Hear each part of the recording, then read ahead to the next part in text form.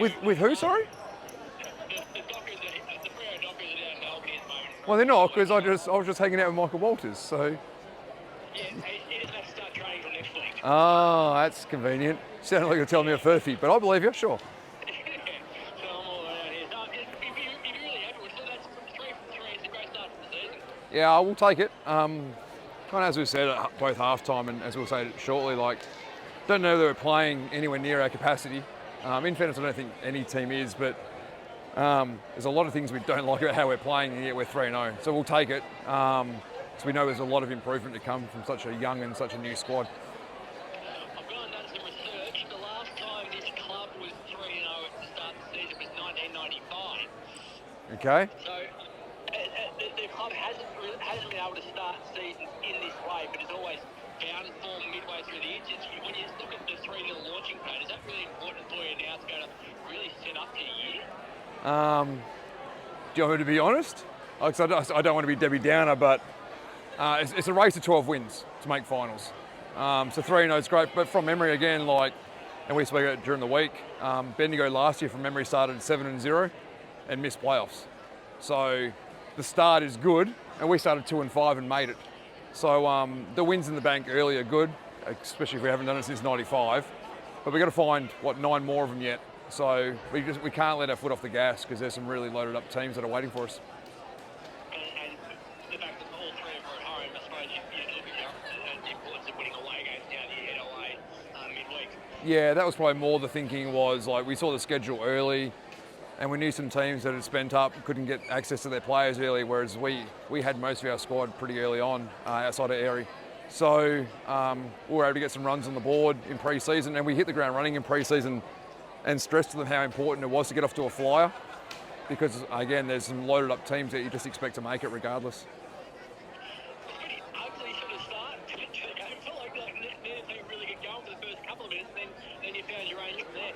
Yeah, and I did mention that actually to the coaches when I sat down again. It didn't start out playing champagne basketball by any stretch, and eventually kind of worked our way into it a little bit. But yeah, the first 2 or 3 minutes, fairly unattractive basketball, unfortunately. Erin McDonald's producing some very attractive basketball. Another 34, 6, 3 assists, 3 steals. Like, she's leading the way for you, isn't she? Yeah, she's a jet, as we said last week. And she's just really hard to guard, as we keep saying. And everyone knows, like, obviously she's a lefty and she's quick. But when she's adding that 3-point shot to a game as well, like, how do you guard it? And if we can put enough shooting on the floor around her and shoot it at a decent clip, where's the help coming from? So we're kind of riding her a little bit right now. Yeah, she's, what can you say? It's 3 weeks in a row now we've been talking about Erie. That's for a reason. She's really bloody good. And she seems to be adjusting to the league itself and all the variances within this league and getting better with each game. Yeah, and like most imports take a little while to get going. She's a bit like Marina Mabry 2 years ago, like, just has hit the ground running, which has been great. But again, super coachable as well. Like, wants to know what the next set is. Oh, I've seen this, I see that. Like, again, you can talk to her. She doesn't think she's too good. Like, she wants to get better. She wants to improve. She works her backside for training. We can't speak highly enough of her. I asked you last week about Emily Potter's fouling, and she's fouled out again. Have you got any answers or any theories as to why she's having so many issues? Oh, I've got one for you, but are you going to pay my fine for me? Okay, have you got anything you can say? Or again, are you going to pay the fine, or? No, I'm not going to. No, Yeah, then I'm not. Have you got anything you can say that No. won't get you fined? No, because that's 3 weeks in a row. If you want to pay the fine for me, I'll give you whatever you want. But until that happens, I'm going to stay quiet. No. Well, can I ask, have you spoken to the league? Have you asked for any clarity, or are you just frustrated? I'll ask you the same question again, Craig. If you want to pay the fines, mate, I'll give you whatever you want. Yeah, no worries. Okay, I'll leave it alone. What's going on with Billy Goodchild's face? Yeah, copped elbow, shoulder, something at practice. I think she actually got it like 2 days in a row. 2 straight random elbows, shoulders, whatever. And yeah, now it's in the Batman mask. So, is what it is. Yeah, it's first game in it. We trialled some masks during the week. We would much prefer her to go with the ice hockey goalie mask that we trialled out on Tuesday.